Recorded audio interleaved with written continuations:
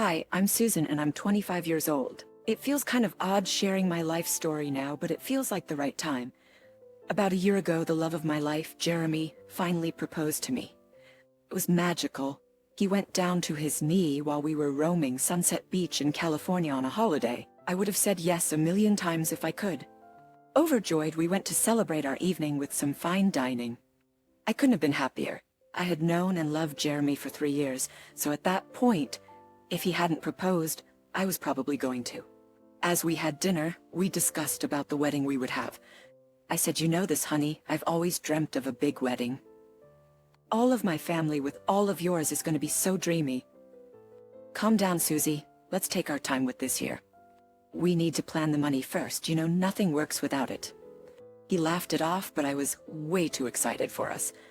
There was also a big secret in the making that I wanted to keep from Jeremy until I was certain. I knew once he found out he'd be over the moon with happiness. But all things have a time, so until then, I was keeping it quiet. Slowly the days rolled into months.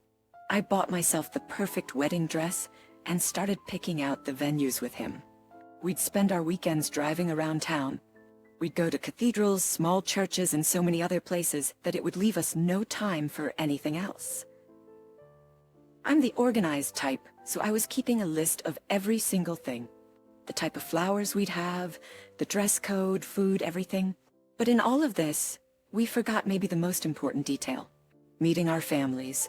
I wanted to wait until everything about the wedding was fixed, but Jeremy wanted me to meet his mother. I was a bit scared because I'd never really talked to her before, but he had me convinced it would be all right. He said, "Mom is gonna love you. She used to be a lawyer, so she can be a bit straightforward, but that's just how she is. Don't overthink it." "Okay, I'll try my best. I had to see her someday anyway. I just hope it goes well." We drove to her place after work on a Tuesday in the evening. It was a pretty house, which wasn't too big, but not too small either. She opened the door and greeted us. "Oh, my darling, how are you? It's been so long since you came home last. Don't you miss your mother?" "Hey, Mom, of course I miss you, but it's not about us today. I want you to meet someone. This is the love of my life, Susan." So you're the one looking to steal my son from me, huh? She laughed and came in for a hug. No, of course not. Just borrowing him for a little bit, I'd say. Oh well, I'd be happy to lend him at the right price. Come on in, let's eat something. Nice family dinner for everyone. We went inside the house. I was told that Jeremy's dad was not home at the time.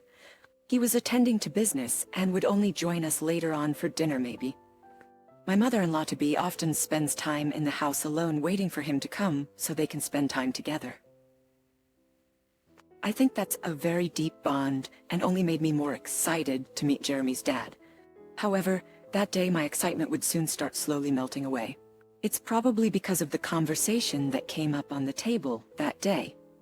To me, Cynthia seems a bit too old school, and I'm trying to be respectable here because that's not a term anyone else would use.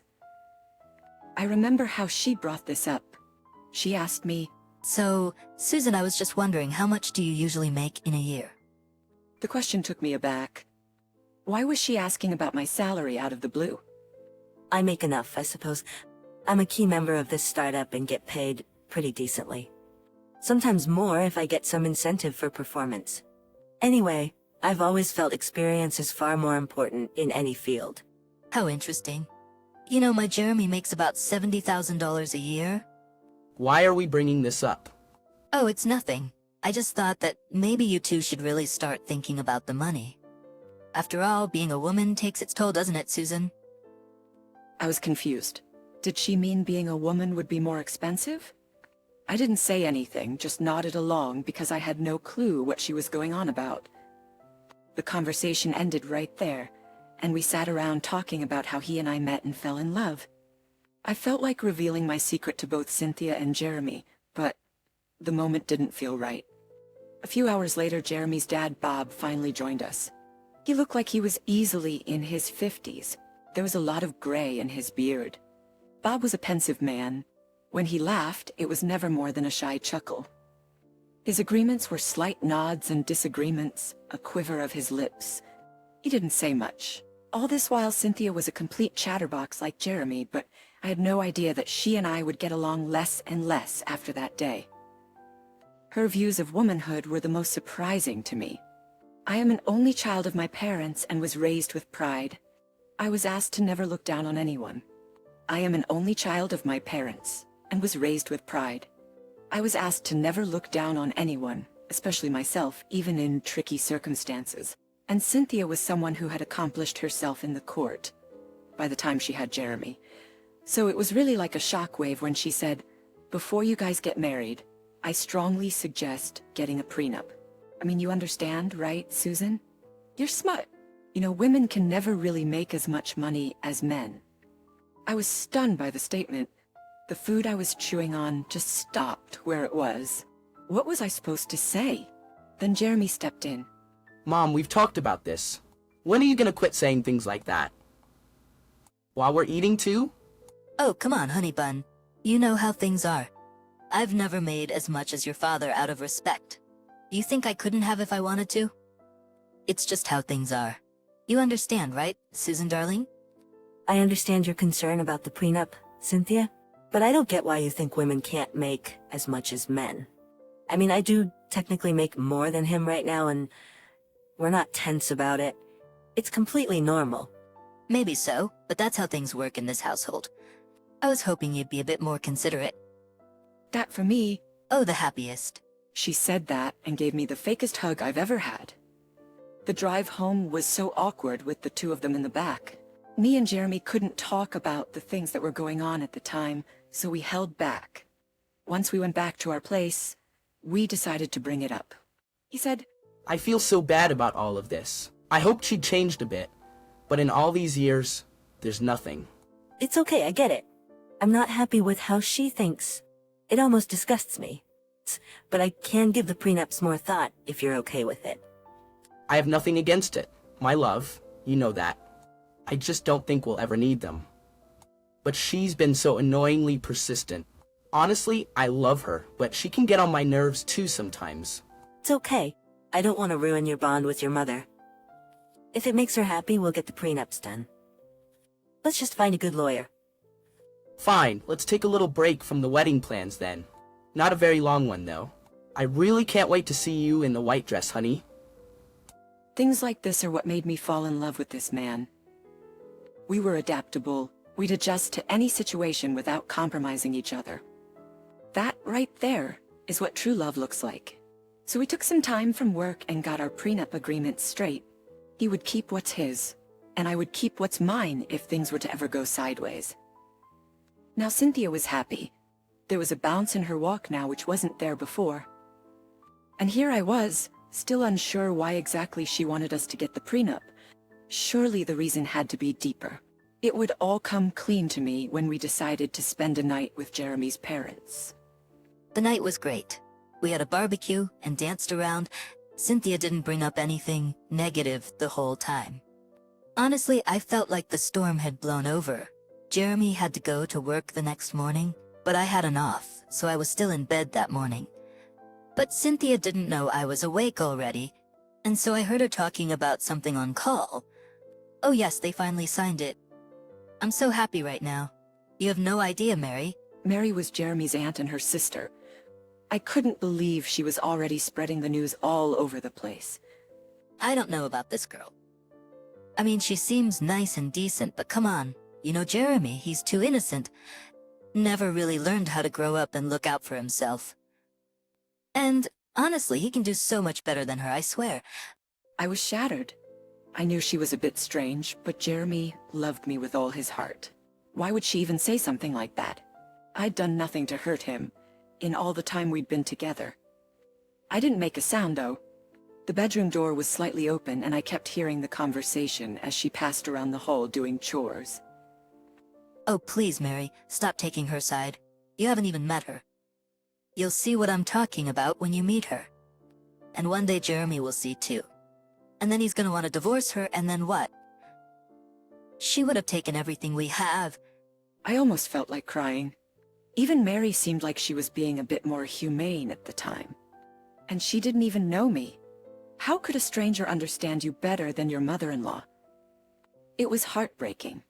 Look, don't tell anyone, okay? The thing is, Bob's getting old and tired now. You know it. He just wants to sit in a chair and sleep all day, if he can. He wants to give the business to Jeremy to handle. All of it. It's not like we have another son, right? We were just scared that this random woman he fell in love with would take all the money from him. I mean, why wouldn't she? If she wants to make more money than him, why wouldn't she think of just taking all that he has? Why wouldn't she think of just taking all he has? What was even going on? Why would I take his money? I had enough of my own. At that moment, I began truly despising her for the way she thought. It was as if every woman was her son's enemy for her. Suddenly, the reasons for her wanting a prenup had become so clear. This was why she wanted to keep me submissive. It all just made sense. I couldn't take all the information, and tears began rolling down my face. I made sure she wouldn't hear me, though. It was a tough time, but I powered through anyway. And more importantly, Cynthia wasn't the only one with the secret. The thing is, I'd been working with my startup for a few years now. I saw its initial days and helped expand it to so many states. Now, our current CEO, Edgar, was stepping down because he wanted to jumpstart his own separate venture. And he thought it best for me to take up the position instead. I'd been unsure about taking it up so far, but now I was sure. And that's the news I had to break to Jeremy, and oh boy, I will. Just in a way no one would have expected. And so it began. The wedding day was going to be upon us soon. I had big plans, and I wanted Jeremy to be a part of them, that I wasn't going to tell him everything. He had to know about the promotion first, though, so when we were alone at our place, I decided to tell him. Hey, hun. I think there's something you should know. Okay, what is it? Is it about my mom? No, it's about me. About us. Jeremy sat down on a chair with a worried face. He probably thought it was bad news by the way things were going between me and his mom.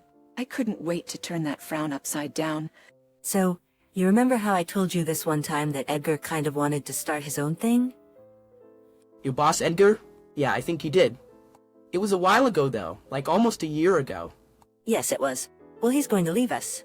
He's got everything planned out for his next move, and I sat down next to him. someone needs to fill in his position. And he wants it to be me. What? Are you serious? He looked amazed and shocked at the same time. I couldn't contain my joy. Yes, honey, it's a big promotion.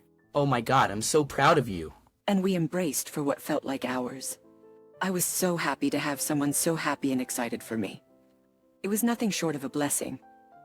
Things started being smooth between me and Cynthia, but it was like the calm before the storm. She would give me looks and say things like, "Don't you ever worry, Susan. If you ever get fired or want to quit your job for your kids, we'll keep you happy." Do you ever worry, Susan, if you ever get fired or want to quit your job for your kids? We keep you happy. Which always infuriated me, but I didn't strike back too hard at her. I'd keep my composure until it was time. When the day was finally upon us, we made sure we invited everyone. My parents, his, and my work friends.